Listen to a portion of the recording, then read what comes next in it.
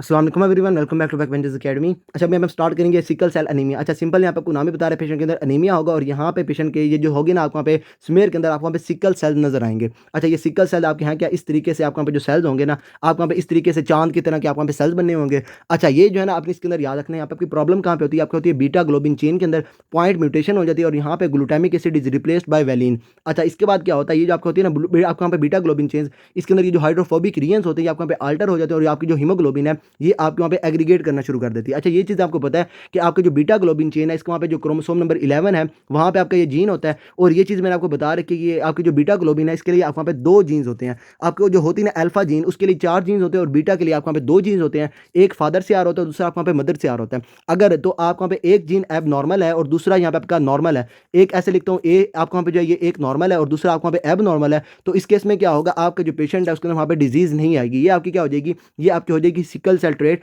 Patient के अंदर क्या होगा, आपको वहाँ पे मेजरली जो आपको वहाँ पे बन रही होगी, हमारे यहाँ पे हीमोग्लोबिन एडल्ट बन रही होगी और साथ साथ क्या होगा आपको वहाँ पे 60% फॉर एग्जाम्पल जो है हमारे यहाँ पे हीमोग्लोबिन एडल्ट बन रही है और वहाँ पे जो है हमारे यहाँ पे सिकल सेल जो आपको वहाँ पे होगी हीमोग्लोबिन सिकल, ये आपकी 40% बन रही होगी। तो पेशेंट के अंदर मेजरली आपको वहाँ पे डिजीज नहीं आएगी।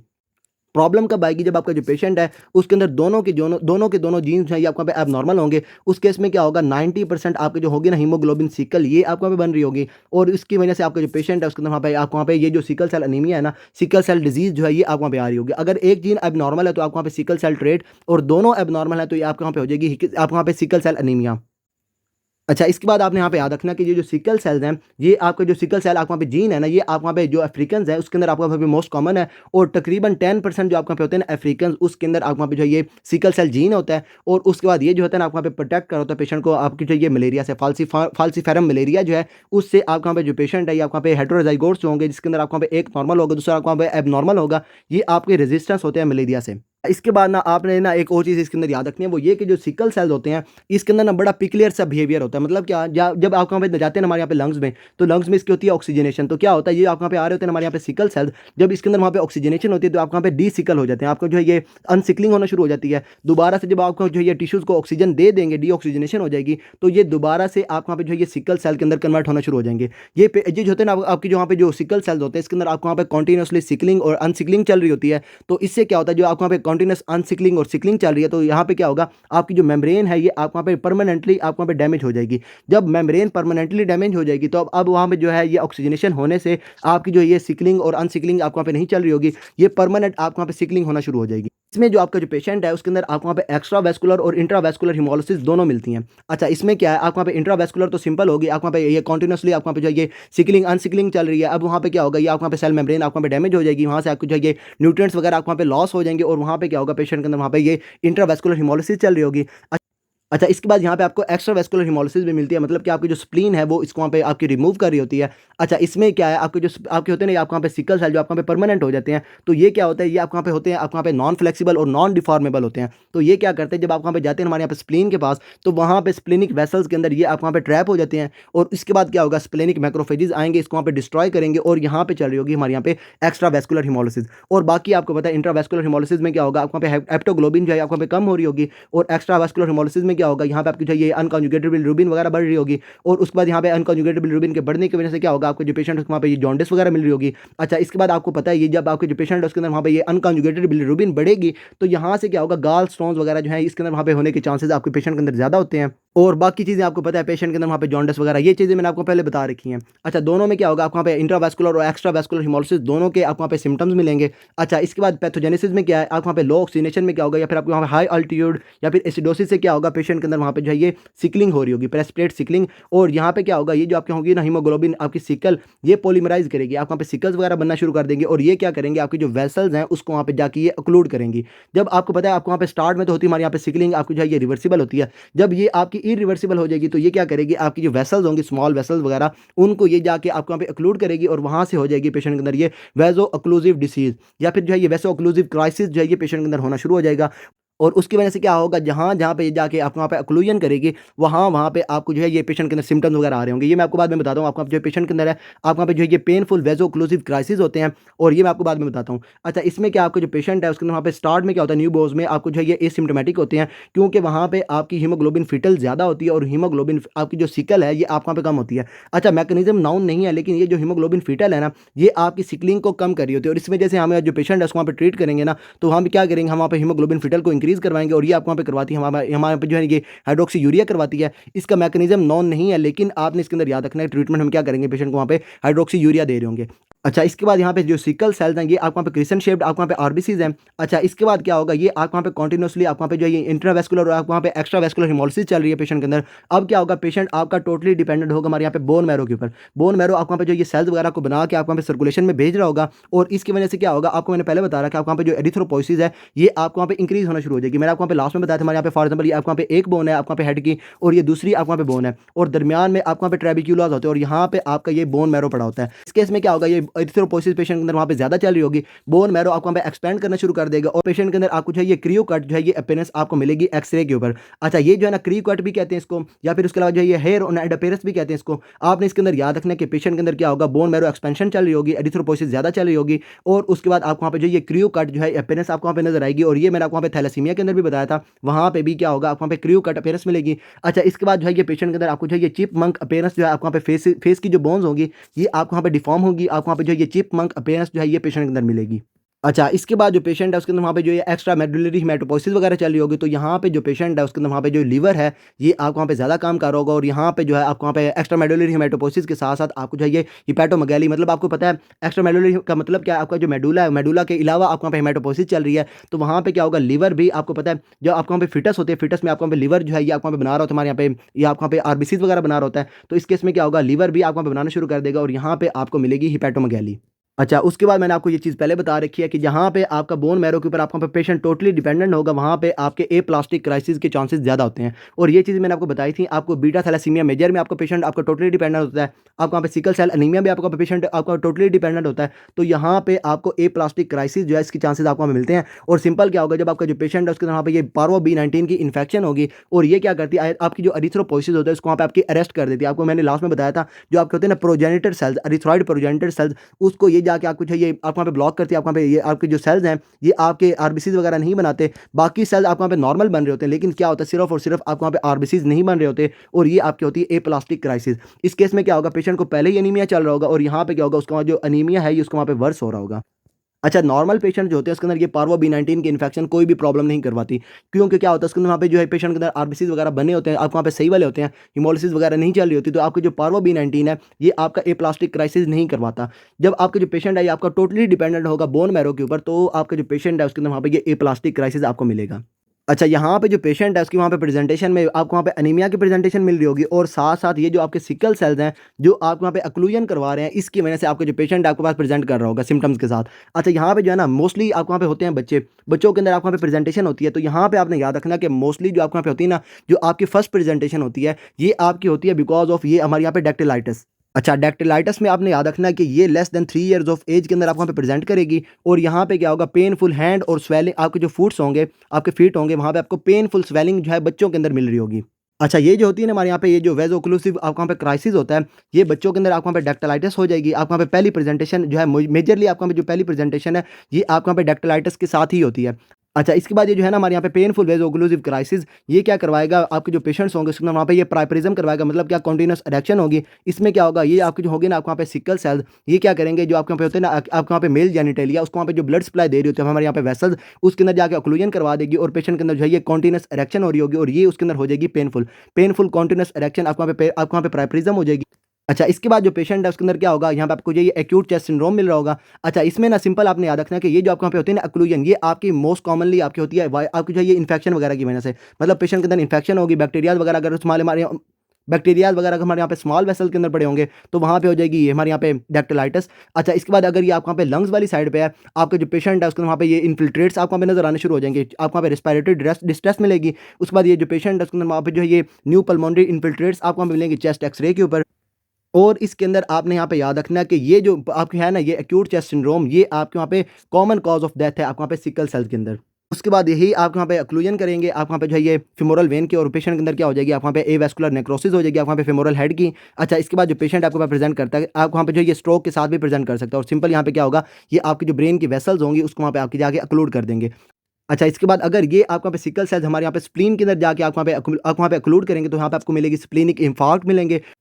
और दूसरा आपने यहाँ पे याद रखना है, हमारे यहाँ पे ये सिक्वेस्ट्रेशन आप वहाँ पे क्राइसिस, सिंपल क्या होगा, आपके जो आरबीसीज होंगे ये सारे के सारे आपके जो है ना ये स्प्लीन के अंदर आप वहाँ पे ये क्या कहते हैं, हमारे यहाँ पे जो है ना ये स्प्लीन के अंदर आप वहाँ पे रुकना शुरू हो जाएंगे, और यहाँ पे क्या होगा, पेशेंट के अंदर जो है ये आप वहाँ पे सर्कुलेशन के अंदर आरबीसीज वगैरह कम होना शुरू हो जाएंगे। इसको हम क्या कहते हैं, हमारे यहाँ पे स्प्लेनिक सिक्वेस्ट्रेशन। अब यहाँ पे क्या होगा, आपको वहाँ पे सडन पुलिंग हो जाएगी आपको वहाँ पे ब्लड की स्प्लीन के अंदर, और पेशेंट के अंदर क्या हो जाएगा, हाइपोवोलीमिया हो जाएगा। यहाँ पे आपने एक और चीज़ याद रखनी है, हमारे यहाँ पे ऑटोस्प्लीनेक्टोमी, मतलब क्या होगा, आपके जो सिकल सेल्स होंगे ये क्या करेंगे, स्प्लीन को जाके आपको जो है ऑक्लूड करेंगे। स्प्लीन आपकी क्या करेगी, टाइम गुजरने के साथ स्टार्ट में क्या होगा, स्प्लीन आपकी ज़्यादा काम कर रही होगी, और उसके बाद क्या होगा, स्प्लीन आपको वहाँ पे फाइब्रोज होना शुरू हो जाएगी। स्प्लीन आपकी वहाँ पे वैसे ही आपके वहाँ पे बॉडी के अंदर वहाँ से आपके वहाँ पे वैसे ही काम करना छोड़ देगी। और उसके बाद आपको पता है, जब आपके जो पेशेंट है उसको वहाँ पे स्प्लीन नहीं होती, तो वहाँ पे हॉवल जॉली बॉडीज़ जो है ये आप वहाँ पे अकोमोडेट करना शुरू कर देती है। मतलब क्या, सिंपल आपके जो न्यूक्लियर रेमिनेंट है ये आपको वहाँ पे आपकी जो होते हैं आरबीसीज उसके अंदर आपको वहाँ पे नजर आना शुरू हो जाते हैं, ये आपको होती है हॉवल जॉली बॉडीज़। अच्छा, उसके बाद आपको पता है जब आपके जो पेशेंट है उसको वहाँ पे स्प्लीन नहीं होगी, तो इनकैप्सुलेटेड बैक्टीरिया जो है उसको वहाँ पे रिस्क ज़्यादा होता है इन्फेक्शन का। अच्छा, इसमें आपको पता है जब आपके जो पेशेंट है उसको वहाँ पे ये स्प्लीन नहीं होती,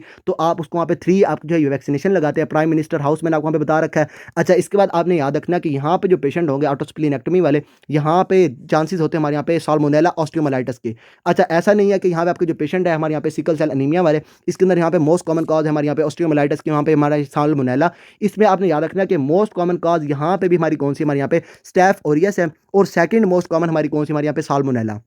अच्छा, इसके बाद लास्ट पे आ जाती है हमारे यहाँ पे रीनल मेडुला के अंदर सिकलिंग। जब ये सिकल सेल जाएंगे और यहाँ पे आप जो ये रीनल मेडुला वाला एरिया जो है उसके अंदर वहाँ पे जाके क्या करेंगे, हमारे यहाँ पे सिकल सेल जो है ये उसको वहाँ पे अक्लूड करेंगे, तो वहाँ पे क्या होगा, आपकी जो है ये पेशेंट के अंदर यहाँ पे रीनल पेपिलरी नेक्रोसिस होना शुरू हो जाएगी, और यहाँ से क्या होगा, ये जो यूरिन है, यूरिन के अंदर उसके वहाँ पे ब्लड आना शुरू हो जाएगा, और ये जो है आप वहाँ पे सिकल सेल ट्रेट के अंदर भी नजर आता है।